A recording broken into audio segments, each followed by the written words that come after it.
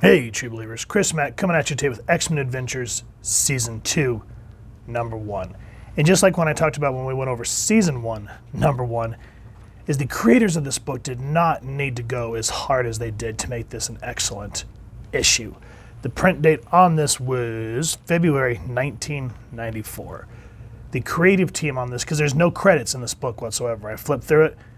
Maybe I missed it, but yeah, I tried to comb through this sucker and I could not find it anywhere. But anyway, I looked it up. The writer was Ralph Macchio, I believe is how you pronounce the name. Penciler was Andrew Wildman. Inker was Jeff Albrecht. Colorist was Tom Vincent. And letterer was Michael Higgins. Now, the reason I said that they didn't need to go as hard as they did is if you look at a lot of, like, let's say Free Comic Book Day, and they have the books that are for kids. You know, they may have like SpongeBob, or there was one that was called like Little Cthulhu, which is kind of creepy. But anyway, the artwork is very just kind of blobby, like Gravity Falls. Like, I love Gravity Falls, but that kind of just that quick art style. This, however, will look like almost like an artist that Chris Claremont would use, or Fabian Nicieza, for like a regular X-Force X-Men issue. And I like the way that this opens up. Now, this may seem like a little bit of reading, especially for a comic that was supposed to be centered around kids, but check this out. I am the Watcher. The universe is filled with wonder, and I have made it my labor to record all that intrigues me herein. From my domicile on Earth's moon, I study the myriad secrets that have bedeviled gods and mortals alike. Though it is not merely this cosmos which so fascinates me, for there are an infinite number of alternate realities. In one such universe, the much maligned mutants, X-Men, formed at a later date under different circumstances than on your world. Also, a well-known political figure there has run for the highest office in the land. Yeah, that is like something you'd read out of a Claremont comic. They don't make comics like this anymore, ladies and gentlemen, for stuff based on cartoons. And what I like here, talking about the alternate universes, where he says that the X-Men formed at a later date than on your world. If I remember correctly, Stan Lee likes to say that the 616 universe is supposed to be like our Earth, or we're in that dimension, or something close to that. So it's kind of giving you a nod as to why the X-Men are different than what we're used to from, you know, the X-Men in 1963 through the 70s, 80s, etc., so forth. But you don't get that kind of reading in modern comics anymore, man. Be it from, you know, regular runs or ones that are designated for kids' cartoons. This was just something special in my personal opinion. So in this universe, Kelly wins the presidency, just like he did at the beginning of Season 1 when Morph returns. And then we come to the wedding of Jean Grey and Scott Summers.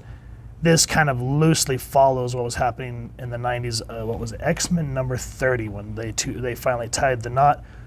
And then they went to go on their honeymoon, which then they get kidnapped by their own children, and that's where it sparks that the Adventures of Cyclops and Phoenix miniseries, which if you haven't read it, excellent thing.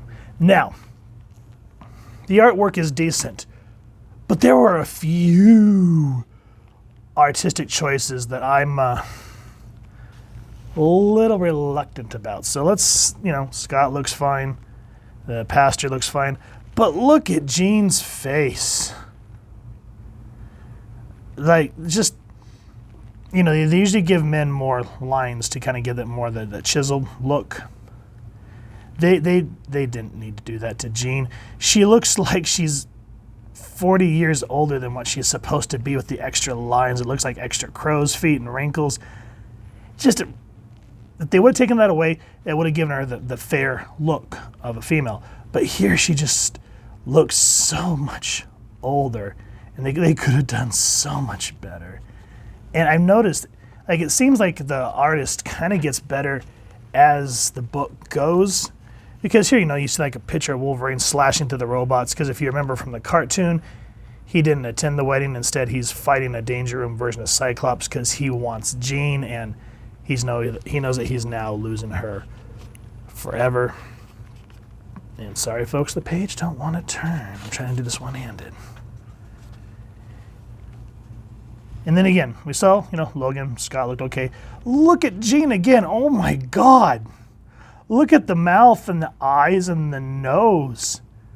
It's like if you would have painted her white and gave her a couple of spots, it would have been like almost a cow's face. Just very wrong proportions after seeing, here she looks good. Gambit looks good. Oh my God, what is that? I don't know what that is, but it's creepy. And you come down here, Morph looks good. You get the nice creepy look because if you've watched the cartoon, spoilers if you haven't, he showed up, was supposed to be dead by the second issue, and I believe it was the first episode or something like that. So the preacher that wedded them in the this series was Morph. He's wanting to get payback for him. And again, okay, the reason I'm saying that other than for plot, Morph's face looks fine here. Good line work. Nice shadowing to show that there's something sinister about him. But then, look at Jubes and Rogue. Just very much that like square Ramita Jr. look. Just, no. Oh my God, no. Ugh, anyway, it gets better, I promise. That looks so bad. It's like she's got the Godfather cheek going on and can make you an offer you can't refuse. It's so bad. Ay, ay, ay, ay, ay. Anyway, Beast looks great. He catches the bouquet just like he did in the cartoon. He been pardoned from jail by Senator Kelly because they saved his life at the end of season 1. So when he became the president, he initially was campaigning on an anti-mutant campaign, which people were getting popular with, but he changed his opinion after being saved by them. And he's talking about how instead of segregating, he wants to be inclusive. Well, of course, there's going to be those assholes that are going to, try to stomp all over that. And of course, we get the Friends of Humanity who try to do a setup to make it bad. The Friends of Humanity only begun to fight. Better mend your ways, mutant lover, or else. And of course, it is, geez Louise. And then Jean comes to console Logan. And see, her face gets a little bit better. Those first few pages were rough. And I like that in the comic, they expound on their back and forth. As we're in the cartoon, it's maybe 30 seconds tops. But here, they really get into it. See, the face is starting to get a little bit better now. She goes, Logan, I know how much all this must hurt you. Yes, there's an attraction between us. But it's Scott I love. I'm so sorry for you. Pity's the worst thing, darling, I ain't even got the guts to show up at your wedding. Instead, I flip out here feeling sorry for myself. A good man would have been there supporting you. You made the right choice, babe. Enjoy your honeymoon. Hope you and the Boy Scout live happily ever after. And as Logan licks his wounds, should have made my moves months earlier. Today it might have been me and her going off to some island married. What's the use kidding myself? What's done's done. I'm outside looking in for good. So this was great. Very great. And then like how Claremont had said, again, I've said this 1,000 times and I'm going to say it again. Go either on Amazon Prime if it's still there. If not, last time I checked, it was free on YouTube. If you go to the movie section or whatever, find Chris Claremont's X-Men. And he's talking about how Fox approached him on how to make X-Men work on screen. And he said it's not about just doing the action. He said it's a drama. It's about these people's lives. The action just kind of organically flows from there. And once he kind of gave him that direction, that's how we got the first movie and how it took off. Same here. We care about why Logan hurts for her, why Jean really wants to console him, but ultimately has made a decision. because these are people on the team that you care about.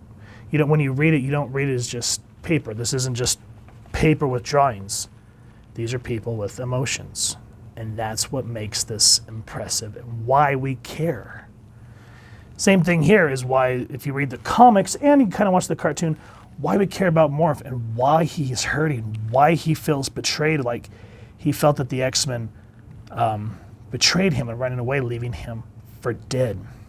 And I do appreciate, again, I've said this where I missed that the editors back in the day would make you feel like you're in, like, part of the club, essentially. Because here he's like, the night I was hit by the optic blast and I thought it was all over. And he said, from issue 2, first series, Archivist Kell, or whatever that name is. And then he'd come over and it says, but I didn't die. A man with a white face took me in his arms and carried me to safety. This we never saw. Kelly again, or Kell, whatever. But see how the editors used to make you feel like, oh yeah, okay, we see that was never an issue or whatever, and okay, here. And they'd always throw in little jokes just to make you feel like part of the club. That doesn't happen anymore. Everything just feels kind of cold and calculated when they reference something. Woof. Woof. Couple of rough art choices here. I mean, Jubilee, rump, Diamond Face, and then I look at Xavier's face here, and it looks like he's like a stone marble, and I just want him to be like, oh my god, just that face. Urgh. A few choices, bad, but again here, this follows the cartoon in terms of what do you call it? How the show went. Xavier talking about how Kelly was anti-mutant. Now he's aligned to be more of a pacifist. There's a lot of uprising and rioting. And then things start to happen where Xavier gets the private call to Magneto that he needs help, but it's actually Morph. And then again here, I like that they expound on when the boys go out for a night on the town, and then the Sons of or the Friends of Humanity or whatever try to start a riot and try to make the X-Men look like they were guilty, like they were the ones that started it. Great fight scenes. Very dynamic. Again, didn't need to be this good. I mean, look at Graydon Creed right here. Just awesome foreshadowing. And I like how he says here, perfect. I've got the footage. Next stop, a network news division. Things haven't changed 20-something years later. Now with Xavier gone, Morph comes to infiltrate the school, first imitating Wolverine, imitating Rogue, and then of course imitating Rogue is a way to incapacitate Gambit, and then something happens with Storm. And guys, this issue did not need to be this involved or this well drawn, or just the artwork in general. They could have just lazily slapped this together and called it a day, because this was sold. I'll show you my age. These were sold in supermarkets, etc., so forth. That's how I got my X-Men Adventure comics. And I was 9, 10, and I was reading those before I really got into the actual books, which I wish I would have kept these. I sold all mine. So every time that I see these, I grab them. I'm like, I don't care at this point. I miss these. And just compared to seeing flip through kids' Free Comic Book Day books compared to this, and a lot of these kid books just do not hold up to what these were. Now that's my personal opinion. Let me know what you guys think down in the comments. If you've enjoyed this comic book, we really, you should really, first and foremost, support your local comic shop and see if they have one in stock. If you've enjoyed this review, we really appreciate it if you take a moment to hit like, share, and subscribe. Helps the club channel more than you could possibly know. And if you wouldn't mind hitting that fancy little animated bell next to subscribe, that way as we continue to upload content, you guys will get notified. Come to the channel, and as I just said a moment ago, we love to hear your thoughts and feedback down in the comments below, or our social media pages, which I'll make sure to leave the links down in the description. So with all that said, thank you so much for stopping by. Hope you all continue to have an absolutely amazing day reading, and happy hunting, true believers.